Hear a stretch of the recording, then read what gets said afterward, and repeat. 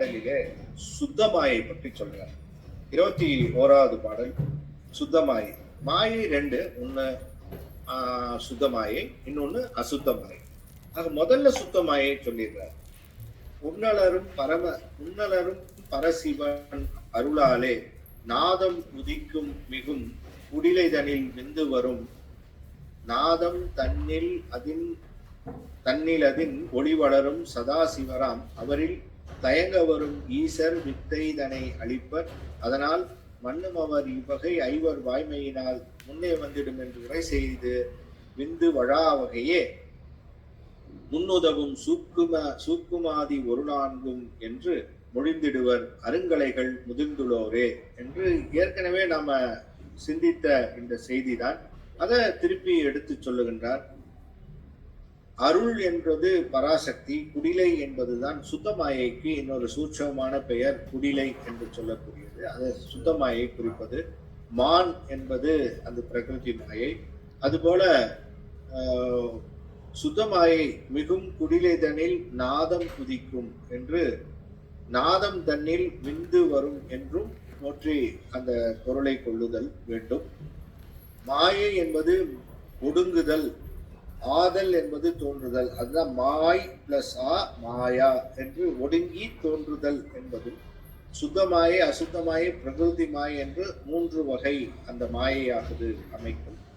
பரமசிவன் ஞான சக்தியை பொருந்துவதால் சிவமும், கிரியாசக்தியை பொருந்துவதால் சக்தியும், ஞான சக்தி கிரியாசக்தியும் சமமாய் பொருந்துவதால் சதாசிவமும், கிரியை மிக்கு ஞானம் குறைந்து பொருந்துதல் மகேஸ்வரரும், ஞானம் மிக்கு கிரியை குறைந்து பொருந்துதல் சுத்தவித்தையும் ஆகிய இந்த 5 வகையான இது என்ன சிவதத்துவங்கள் 5 தோன்றும் முறைமை. ஏற்கனவே நிறைய நம்ம இந்த தோன்றும் முறைமையை எல்லா பகுதியிலேயும் நம்ம படிச்சுட்டு வந்திருக்கோம்.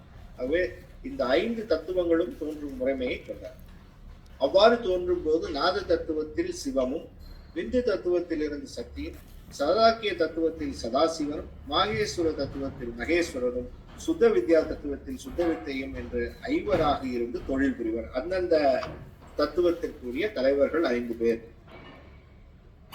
விந்து தத்துவத்தில் இருந்து இந்த பைசந்தி, மத்தியமை, வைகரி என்ற இந்த 4 சுத்தமாய். வாக்கு என்பதற்கு வாக்கு இந்த சுத்தமாயிலிருந்து தோன்றுவது என்பதற்கு இங்கே அந்த ஒரு செய்தியையும் மீண்டும் அதை குறித்து விந்து தத்துவத்திலிருந்து இந்த சுத்தமாயிலிருந்து தோன்றுவது வாக்கு.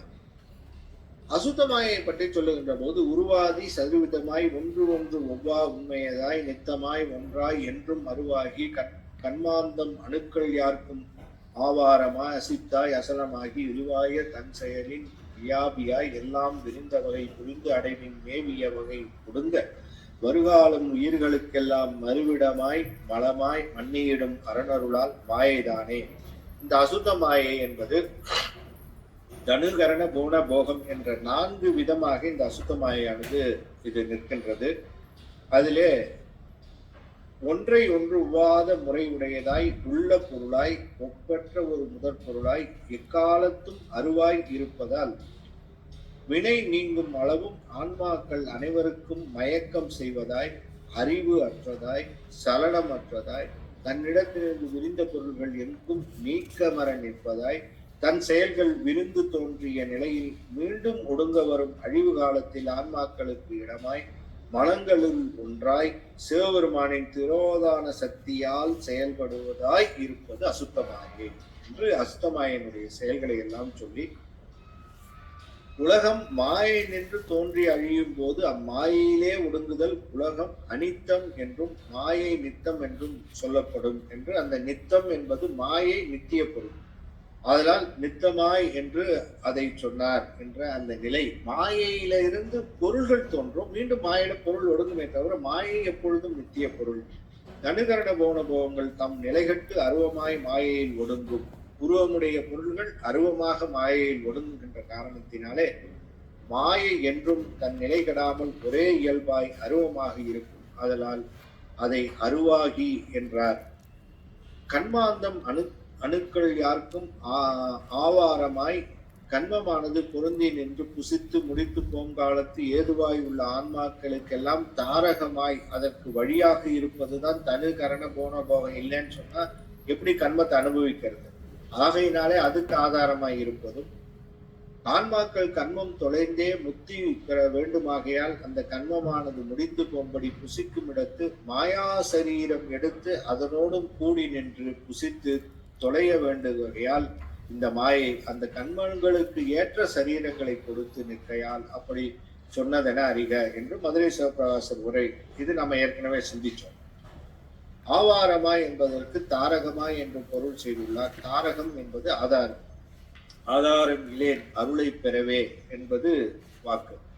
கன்மம் தொலையும் அளவும் ஆன்மாக்கள் எல்லாவற்றுக்கும் விடயங்களின் அறிவை மயக்குவதாய் என்றும் சிதம்பரநாதன் இவர் ஆவாரமாய் என்பதற்கு மயக்குவதாய் என்றும் உரை செய்துள்ளார் என்ற அந்த வாக்கையும் சிந்தித்து, அசுத்த மாயையாவது மெய்ப்பொருளாய் நித்தியமாய் ஒன்றாய் கலைமுதல் நிலம் நீராகிய அசுத்த பிரபஞ்சத்திற்கு காரணமாய் அவற்றின் வியாபகமாய் வினைக்கு பற்றுகோடாய் ஆணவமலம் போல சிறப்பு வகையானன்றி பொது வகையான் வினையில் கட்டுண்ட ஆன்மாக்களை மயக்குவதாய் அருவமாய் நிற்கும் என்பது சிவஞான மாபாடிய விளக்கம் ஆகும் என்பதையும் நாம் இங்கு சிந்திக்கிறோம்.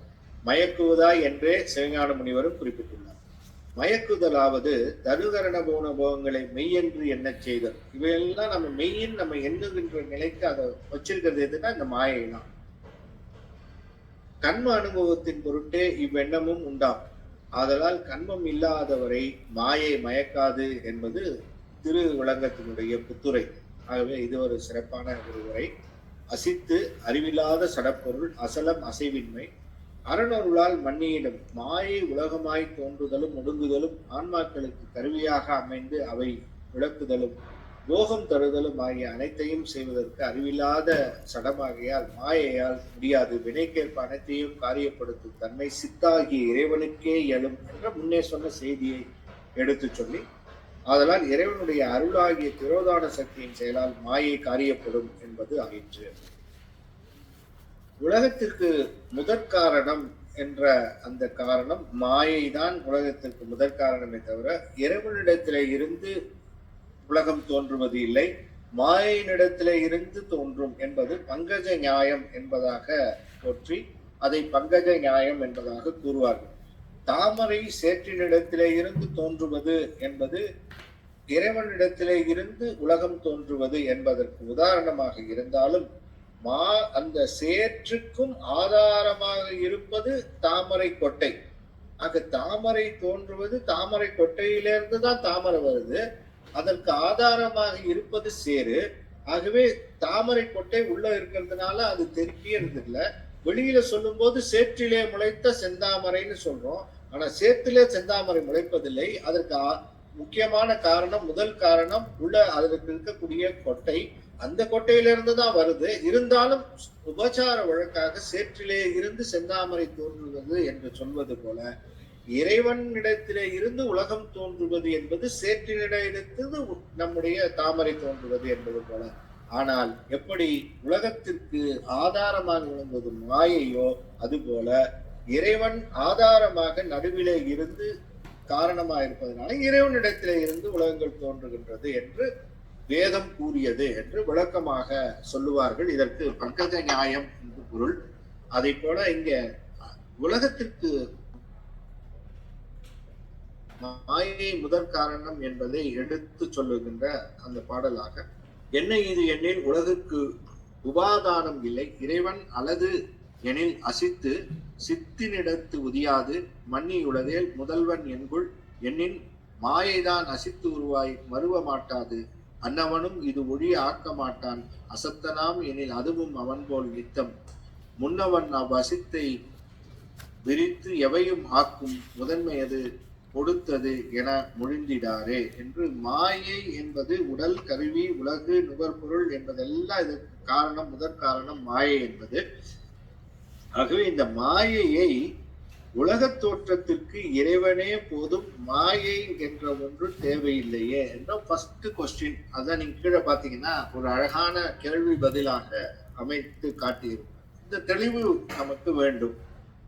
உலக தோற்றத்துக்கு இறைவனே போதும், மாயை இன்னும் ஒண்ணு தேவையில்லையே எதுக்குன்னு கேட்கின்ற பொழுது அதற்கு பதிலாக உலகு உடல் முதலியன அறிவற்ற சடப்பொருள், இறைவன் வாளறிவன் சுத்த அறிவு உடையது ஆதலால் அறிவுடைய பொருளில் இருந்து அறிவற்ற பொருள் தோன்றாது. இது ஒரு கண்டிஷன். அறிவில்லாத பொருள்ல இருந்து அறிவுடைய பொருள் தோன்றாது. அப்படி வாளறிவனாக இருக்கக்கூடிய இறைவனிடத்தில் அறிவுடைய பொருள் இருந்து அறிவற்ற பொருளகம் தோன்றாது. அறிவற்ற பொருள் தோன்ற அறிவற்ற அடிப்படை பொருள் தேவை. ஆதலால் அறிவற்ற மாயை அடிப்படையாக முதல் காரண பொருள் ஆயிற்று. எனவே உலகம் தோன்றுவதற்கு மாயை அவசியம். முதல் பதில். மாயையே முதற் காரணம் என்றால் இறைவன் வேண்டுவது இல்லையே அப்படின்னு இரண்டாவது கேள்வி கேட்கிறேன். அப்ப மாயை என்றது அறிவற்றது. அறிவற்ற பொருளின் தொழிற்பாட்டிற்கு அறிவுடைய முதல்வன் ஒருவன் இருந்தால்தான் அறிவில்லாத பொருளை இயக்க முடியும். ஆகவே மாயை மட்டும் இருந்தா அது தானா உலகம் வந்துடாதுப்பா. அதை இயக்குவதற்கு ஒருத்தர் வேண்டும். அவர் தான் நான் கடவுள்னு சொல்றோம், இறைவன் சொல்றோம். முதல்வன் மாயை இல்லாமல் செய்யாதவன் என்றால் அவன் ஆற்றல் குறைபாடு உள்ளவன் ஆக மாட்டானா? அப்ப மாயை மட்டும்தான் வேணும் வேணும்னு சொல்லிட்டு இருந்தா இப்ப இறைவனால மாயை இல்லாம ஒண்ணுமே பண்ண முடியாதா அப்படின்னு கேட்கும் போது, குடம் தோன்ற மண் முதல் காரணம், குலாலன் நிமித்த காரணம், குலாலன் குறைபாடு உடையவன் ஆகான். அதுபோல உலக தோற்றத்திற்கு மாயை முதற் காரணமாய் இருந்தாலும் இறைவன் நிமித்த காரணமாய் விளங்குகின்றான். அந்த நிமித்த காரணம் தான் ரொம்ப முக்கியம். அவன்தான் இறைவன். முதல் காரணம் மண்ணு, நிமித்த காரணன் குயவன், துறை காரணம் தண்ட சக்கரமாக விளங்குவது, இவைகள் எல்லாம் துணை காரணம். ஆகவே இந்த மூன்று காரணங்களிலே நிமித்த காரணமாக விளங்குபவன் இறைவன். ஆகையினாலே இறைவனை உடைய அந்த ஆற்றலினால் தான் இவையெல்லாம் நிகழ்கின்றது என்பதை, இறைவன் மாயை வைத்துக்கொண்டு செய்தாலும் மாயை வைத்துக்கொண்டு நிமித்த காரணமாக செய்வது இறைவன். ஆகவே அவன்தான் தலைமைக்கு உரியவன், தலைமை பண்பு உடையவன் என்று எடுத்துக்காட்டி, வினைக்கு ஏற்ப உடல் தருவோன் இறைவன் அப்படின்னு ரொம்ப அழகா இப்ப சொன்னாரு. இப்ப அதனாலதான் நான் ஏற்கனவே சொன்னேன், வினைகளுக்கு ஏற்பதான் உடல் அமையும். இந்த உடல் அமைப்பே பாத்தீங்கன்னா நம்முடைய உடலினுடைய அமைப்பும் உடலினுடைய தன்மையும் உடலினுடைய அந்த இருப்பும் எப்படி இருக்கும்னு சொன்னா, எவ்வளவு வினைகளை இந்த பிராரத்த வினை எடுத்துட்டு வந்திருக்கோம் அனுபவிக்கிறது. படைத்தது ஒருபடி அன்றி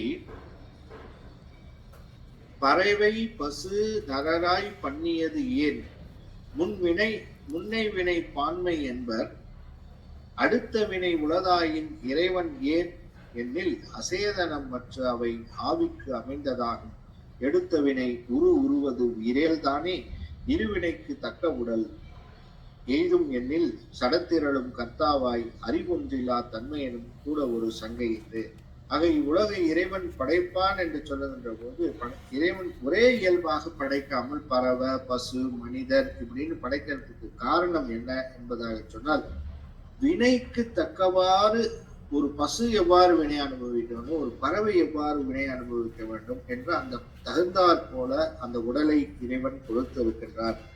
உயிரும் கடவுளும் மறுபிறப்பு இல்லை என்னும் நாத்திக உலகதாயன் ஆவார். உலகத்தை படைப்பவன் இறைவனே என்றால் தேவர் மனிதர் விலங்கு பறவை பலவாறாக படைக்கப்பட்டிருக்கின்றனவே, அவ்வாறு படைக்கப்பட்டது ஏன் என்பது உலகாயுதர் வினா. அதான் பல பேர் கேட்கிற, எல்லாரையும் மனுஷனா படைச்சிட்டா போதும், ஒரு நாயின ஒருத்தர் விலங்கு விலங்குன்னு ஒண்ணு எதுக்கு இந்த மாதிரி டிஃப்ரெண்டா படைக்கணும் அப்படின்னு சொன்னா, அந்தந்த வினை உடலுக்கு ஏற்ப அந்த வினை நிகழும் காரணத்தினாலே இந்த உடல் அமைப்பையும் வேறு வேறாக அவர் 86 லட்சம் யோனி பேதமாக அவர் அமைத்து காட்டியிருக்கின்றார்.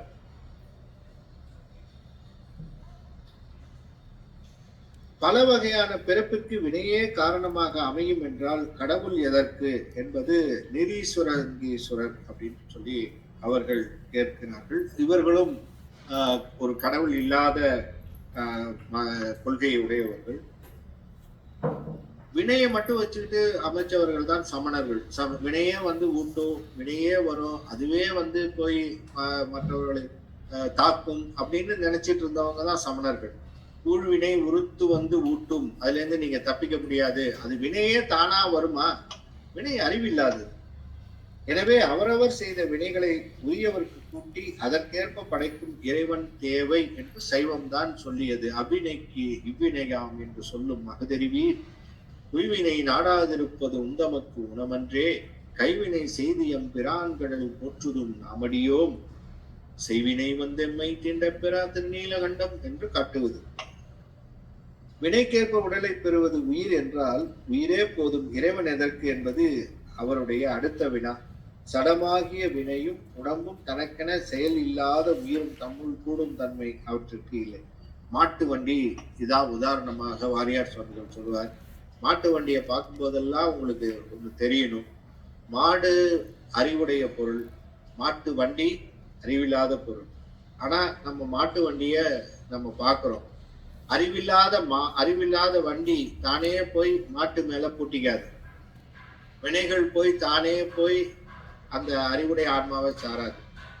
அறிவுடைய மாடு நான் போய் வண்டியை பூட்டிக்கிறேன்னு சொல்லி அது போய் தானா பூட்டி இருக்குமான்னு சொன்னா அதுவும் பூட்டி இருக்கிறதுக்கு வாய்ப்பு இல்லை. அது மாதிரியும் பார்க்கலாம். ஆனா மாட்டு வண்டி இருக்கு. அப்ப மூன்றாவதா ஒரு ஆள், மாட்டு வண்டிக்காரன் என்று சொல்லக்கூடிய ஒருவன் உண்டு.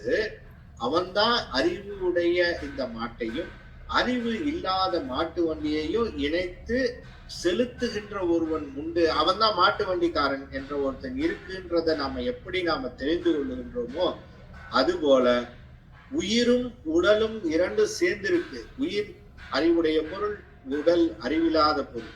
அறிவுடைய பொருளும் அறிவில்லாத பொருளும் சேர்ந்திருக்குன்னு சொன்னா, மாடும் வண்டியும் சேர்ந்திருக்குன்னு சொன்னா மாட்டு வண்டிக்காரன் சேர்த்து இருக்கிறான் என்பதை உணர்வது போல, அறிவு இல்லாத இந்த உடலையும் அறிவுடைய உயிரையும் சேர்த்து வைத்திருக்கின்ற மாட்டு வண்டிக்காரனாக விளங்குபவன் இறைவன் என்ற ஒருவன் உண்டு.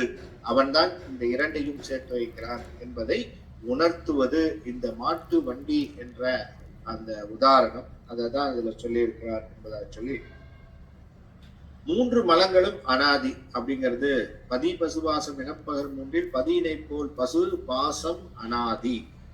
அல்லல் மிக உயிர்க்கு இவைதான் அனைத்தது ஈசன் அருவினைகள் அருந்துதற்கு வினையோ அன்றி சொல்லி வரும் மாயையோ அணுவை முந்தச் சூழ்ந்தது எனும் குறை முதலோர் தொடர்பு இழப்பால் ஒல்லை வரும் எனின் உளதாம் உயிர் உண்டாவே. உளது மலம் உளதா ஒழிந்த எல்லாம் நெல்லின் முளை தவிடு உமி போல் அனாதியாக நிறுத்திடுவர். இது சைவம் நிகழ்த்துமாறே. ஆக இது முளை வினைக்கும் தவிடு மாயைக்கும் உமி ஆணவமும், உமி தவிடு முளை, இது மூன்றும் இந்த வினை ஆணவம் என்ற மாயை, இது மூணுக்கும் உதாரணமாக இந்த சொல்லுகின்ற அந்த முறைமையை மிக அற்புதமாக விளக்குகின்ற பாடலாக அமைத்து, மாயேயம் என்று சொல்லக்கூடியது தத்துவங்கள் தோன்றும் முறை. இந்த தத்துவங்கள் எவ்வாறு தோன்றுகின்றன அப்படிங்கிறது அந்த முறையை மீண்டும் சிவபிரகாசத்துல சொல்றார். அருத்தி மிகும் கலைகாலம் நியதியுடன் வித்தை அராகம் இவை அனந்தரால் மாயைதனில் ஆகும். உருத்திரரால் கலையதனில் பிரகிருதி குணங்கள் புலதாகும். அகங்காரம் புந்திதனில் உதிக்கும்.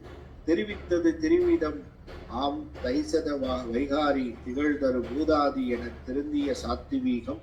விரித்த குணம் மனம் புத்தி இந்தரியம் என்று விளம்பிய சூத்திராதி முதல் விளங்கியிடும் விரிந்தே என்று அசுத்த மாயினிடத்துல அது தோன்றுகின்ற அந்த முறைமையை எடுத்து சொல்லுகின்றார். மிக சிறப்பான ஒரு பகுதி இது. ஏற்கனவே நாம அந்த மாயையும் ஆகிய கருவி பொருள், உடல் உயிர் கருவி இவைகளெல்லாம், இந்த நுகர்பொருள்கள் எல்லாம் எவ்வாறு உருவாகின்றன என்று அமைத்து காட்டுகின்ற அந்த நிலை. சோத்திராதி முதல் விளங்கிடும் முதே அப்படின்னு சொல்லும் போது, காது என்பதுக்கு சோத்திரம் அப்படிங்கிறது பொருள். மெய் தொக்கு, கண் சற்று, நாக்கு சிங்கவை, மூக்கு ஆக்கிரணம். அப்படி இந்த ஞானேந்திரியம் கண்மேந்திரியம் என்று சொல்லக்கூடிய இவைகளெல்லாம் கால தத்துவமும் கால நியதியும் தனக்கு துணை கருவியாக கொண்டு முதற் காரணமாய் நின்று வித்தை அராகம் முதலிய தத்துவங்கள் எல்லாவற்றையும் தன்மால் நின்று தோற்றுவிக்கும் என்பது அந்த தத்துவ பிரகாச நிலை. ஆகவே ஆன்ம தத்துவங்கள் என்று சொல்லக்கூடிய தத்துவங்கள் 24 தத்துவங்கள், அப்புறம் வித்யா தத்துவங்கள் என்று சொல்லக்கூடிய 7 தத்துவங்கள். இந்த 24 7 31 தத்துவங்கள் என்று சொல்லக்கூடிய இந்த தத்துவங்கள் தனு கரண புவன போகம் என்று சொல்லக்கூடிய இந்த போகங்களை அதை தோற்றுவிக்கின்ற அந்த முறைமையை எடுத்து மிக அற்புதமாக அதில் சொல்லி, தொழிற்கருவி, தன்மாத்திரை, பூதங்கள் இவைகள் எல்லாம் எவ்வாறு தோன்றுகின்றன? தொழிற்கருவி என்பது கர்மேந்திரியம், தன்மாத்திரை என்பது 5 அந்த தன்மாத்திரை, பூதங்கள் என்று சொல்லக்கூடிய அவை 5 பூதங்கள். இவைகள் தோன்றுகின்ற அந்த முறைமையை சொல்லுகின்றார் 27வது பாடல். மன்னிய கர்மேந்திரியமான ராசதம் சேர் வாக்கு ஆதி வைகாரி மருவி வரும் சத்தம் தன்னை முதலாக தாமதம் மிகும் மாத்திரை பின் தரும். அதனில் வான், நிலம், அனல், புனல், மண், சத்தம் முன் அதனில் வெளியாதி ஒன்று ஒன்று ஆகும்.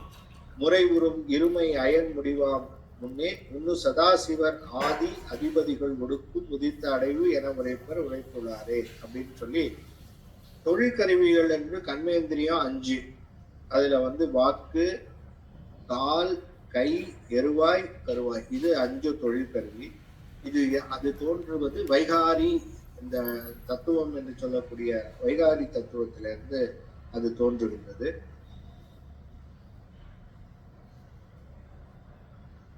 ஆகிய இவை ராசத குண தொடர்புடையன. இவ்வைந்தும் வைகாரி அகங்காரத்திலே இருந்து பொருந்தி தோன்றும். தன்மாத்திர 5 சுவை, ஒளி, ஓர், ஓசை, நாற்றம், அது உங்களுக்கு தெரியும். இவை 5ம் தாமத குண தொடர்புடையன. இவை 5ம் பூதாதி அகங்காரத்திலே இருந்து தோன்றுகின்றன. வைகாரி அகங்காரம் கர்மேந்திரியம், பூதாதி அகங்காரம் என்பது தன்மாத்திரை. ஓசை முதலிய தன்மாத்திரை முறையே ஆகாயம், காற்று, நீர், தீ, நீர், நிலம் ஆகிய பூதங்கள் தோன்றும். அவ்வாகாய முதலிய பூதங்கள் ஓசை முதலிய குணங்களின் ஒவ்வொரு குணத்தை ஏற்றமாக முறைப்படி பொருந்தும். முதன்மையாக கூறப்பெறும் சதாசிவர் முதலாக பிரமன் நீராகும் ஐவரும் ஐம்பூதங்களுக்கு கடவுளாவர். இத்தத்துவங்கள் தோன்றிய முறைமையிலே ஒடுங்கும் என கூறுவர் சைவ சித்தாந்தம் உணர்ந்தார். எனவே தன்மாத்திரை என்பது காரண தன்மாத்திரை என்றும் விடய தன்மாத்திரை என்று 2 வகைப்படும். இங்கே கூறப்பட்டன காரண தன்மாத்திரையாகும். ஓசை முதலிய 5ம் தம் தம் குணநலன்களை காட்டாமல் நுண்ணியதாய் இருக்கும் நிலையாகும். தம் தம் குணநலன்கள் வெளிப்பட ஐவகை பூதங்களும் தோன்றுவது காரணமான நிலையில் விடய தன்மாத்திரை ஆகும்.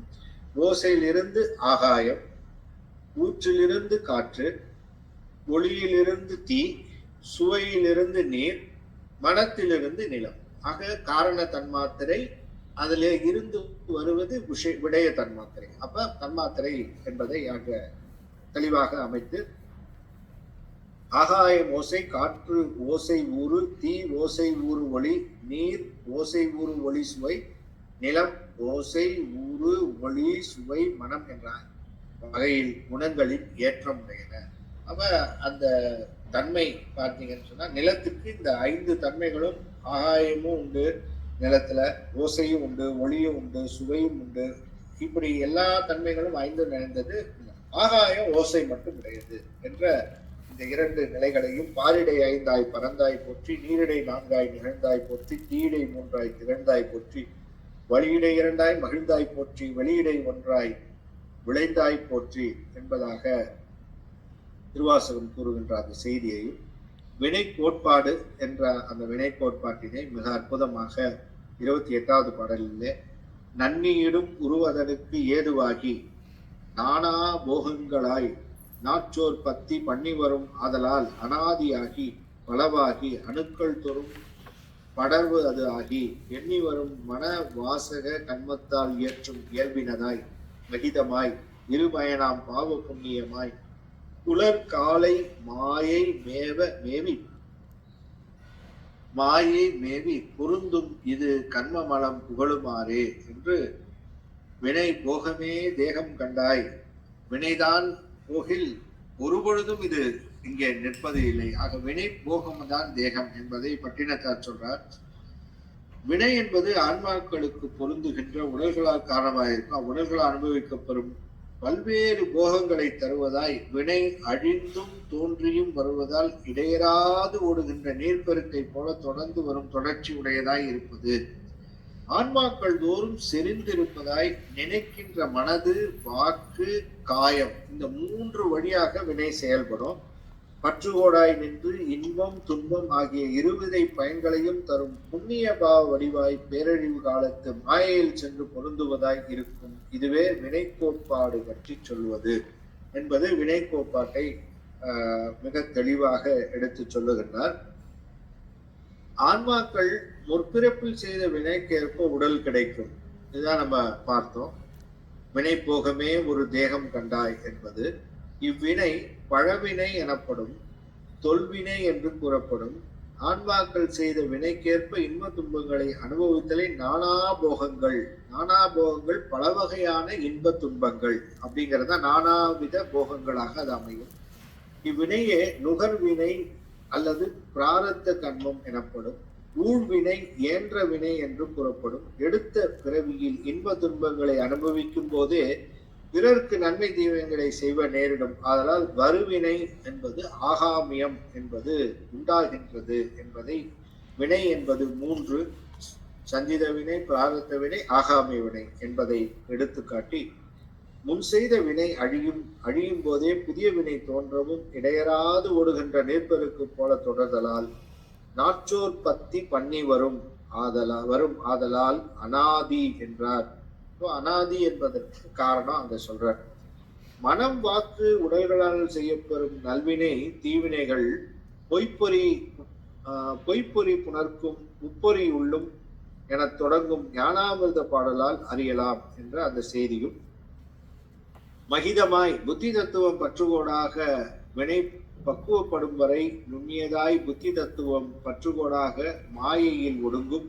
அந்நிலையில் பழவினை என்று புண்ணிய பாவம் என்றும் வழங்கப்பெறும். இன்ப துன்பங்களை பயக்கும் போது நுகர்வினை எனப்பெறும். முற்பிறப்புகளில் செய்த வினைப்பயன்கள் இம்மையில் செய்த வினைப்பயன்களில் சேர்த்து அனுபவிப்பதும் உண்டு. இம்மையில் செய்த கொலை களவு காரணமாக இம்மையிலேயே அவற்றின் பயனை அனுபவிப்பதும் உண்டு. மறுமையிலும் அனுபவிப்பது உண்டு. எப்பொழுதோ செய்த வினை பயன் தற்போது நிகழ்வதும் உண்டு. வினைகளின் மென்மைகளுக்கு ஏற்ப இறைவன் ஆணையின் வண்ணம் பயன்கள் நிகழும். இம்மை செய்தது மறுமைக்காம் என்பது புறநானூறு. வினையின் வந்தது வினைக்கு விளையாயது என்பது மணிமேகலை. சோ இதிலெல்லாம் வினை கோட்பாட்டினை விளக்குகின்ற நிலை என்பதை மிக தெளிவாக இந்த உரையானது விளக்குகின்றது. 29வது பாடலிலே பழவினையும் நுகர்வினையும். ஆக பழவினை என்பது சஞ்சிதம், நுகர்வினை என்பது பிராரப்தம்.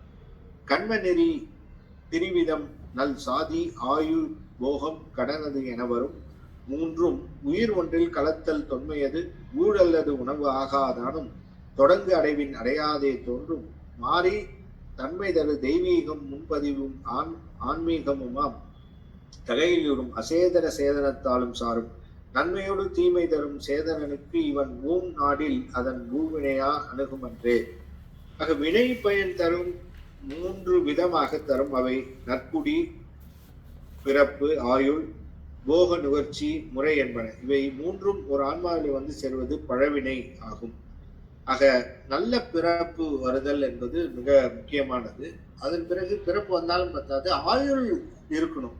திருநாகேச பெருமான் சொல்றாரு, கோவாய் முகி அடுதிரற் கூற்றம் குமைப்பதன் முன் பூவாரடி சுவடி என் மேல் பொறித்து வை என்று பெருமானே கேட்கிறார். ஆகவே ஆயுள் முக்கியம், போக நுகர்ச்சி முறைமை என்பது முக்கியம்.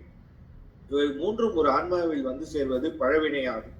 ஊழ்வினை அல்லாத மற்றொன்று ஆன்மா அனுபவமாக வராது. அவ்வினை பயனும் செய்த முறைமை இல்லாமல் பக்குவமான முறையில் முன் செய்தன பின்னும் பின் செய்தன முன்னும் ஆகி மாறி வரும். ஆன்மாக்கள் செய்த நன்மைக்கு தீமைகளுக்கு ஏற்ப வரும் வினை பயன்கள் தெய்வத்தாலும் பஞ்சபூதங்களாலும் உயிர்களாலும் வரும். ஆதி ஆன்மீகம், ஆதி தெய்வீகம், ஆதி ஆத்மீகம் என்று சொல்லி சிவஞான சித்தியாரில் சொன்ன செய்தியை இங்கே சொல்றார். அவை வரும்போது அவை எல்லாமலும் அறிவுள்ளவைகளாலும் வரும் நன்மை தீமைகளை செய்த ஆன்மாக்களுக்கு பிறவி நுகர்வதை ஆராய்ந்து பார்த்தால் முற்பிறப்பு செய்த வினை பயனாக உண்டாவன ஆகும்.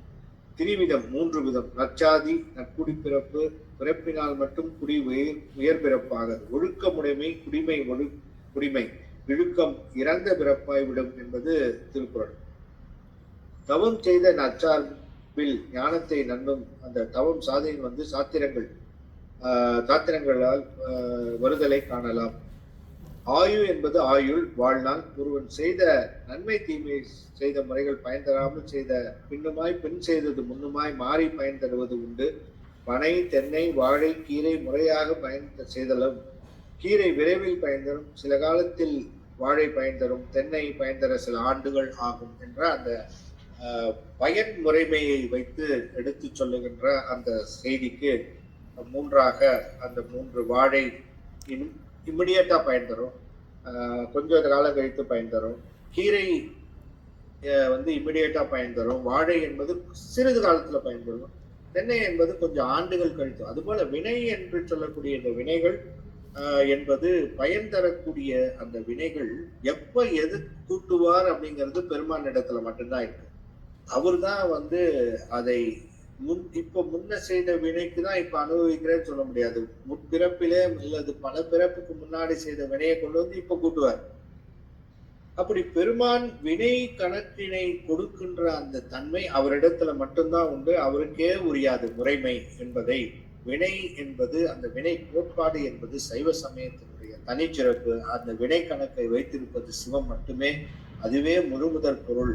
அதுவே ஆன்மாக்களினுடைய வினை பயனை கூட்டுவதும் அந்த உணர்விப்பதுமாக நீக்குவதுமாக இருப்பது சிவம்தான். அவர் நினைச்சா முழுக்க வினை பயன்கள் அத்தனையும் தூக்கி ஒரு மின்னூறு அடுக்கிய விறகின் வெப்படல் உண்ணிய புகிலவை ஒன்றும் இல்லையா, பண்ணிய உலகினில் பயின்ற பாவத்தை நன்னி நின்றிருப்பது நமச்சிவாயவே நமச்சிவாயவே நமச்சிவாயவே ஞானமும் கல்வியும், நமச்சிவாயவே நான் அறி விச்சையும், நமச்சிவாயவே நான் அறி விச்சையும், நமச்சிவாயவே நானவென்று ஏத்துமே என்று நம்முடைய அப்பர் பெருமான் சொன்னது போல நமசிவாய என்ற ஒரு சொல்லினாலே வினையை அறுத்த அந்த நிலை என்பதை நாம் உணர்ந்து இந்த வகையிலே நம்முடைய சிறப்பான ஒரு நிலையாக இந்த சைவ பாட வகுப்பிலே நாம் இந்த 29 பாடல்களை நாம் சிந்திப்பதற்கு இறைவன் திருவருள் சிறப்பாக கூட்டியது என்பதாக அமைத்து நாம் மீண்டும் சிவபிரகாசத்தை நேராக இருந்து இதை உணர்ந்து நாம் அனுபவிப்பதற்கு ஒரு வாய்ப்பை பெருமான் அடுத்த வகுப்பிலே நமக்கு இதை சிறப்பாக அருள் செய்வான். ஏதோ 2 வகுப்பிலேயே நாம பார்த்தீங்கன்னா நம்ம இணைந்து ஒரு அளவிற்கு இந்த சிவபிரகாசத்தை சிந்திப்பதற்கும் சிவபிரகாசத்தை அடியார்களோடு இருந்து இதை கேட்பதற்கும் உணர்வதற்கும் பெருமான் திருவருள் தவமும் தவமுடையார்க்கேன்னு சொன்னார் வள்ளுவர். இந்த தவத்தை நாம் எந்தோ பிறவியிலே செய்திருக்கின்ற காரணத்தினால்தான் இது நமக்கு சிறப்பாக கூடியிருக்கிறது. இப்படி அடியார்கள் கூட்டத்தோடு இருந்து சிவபிரகாசத்தை நாம் சிந்தனை செய்கின்ற ஒரு பேற்றினை வழங்கிய திருவருளுக்கும் உமாபதி சிவத்தினுடைய குருவருளுக்கும் தலையார கும்பிட்டு வணங்கி பெருமானுடைய திருவடியை மீண்டும் மீண்டும் வணங்கி சிறப்பாக இந்த அமைந்து